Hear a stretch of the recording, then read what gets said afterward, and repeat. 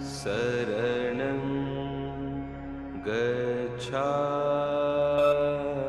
गौतम बुद्ध म्हणतात, अडचणींच्या काळातच आपल्या तत्वांची खरी परीक्षा असते. आपण प्रामाणिक आहोत की नाही हे अडचणी आल्याशिवाय कळत नाही. नमो बुद्धाय. संघं शरणं गच्छामि.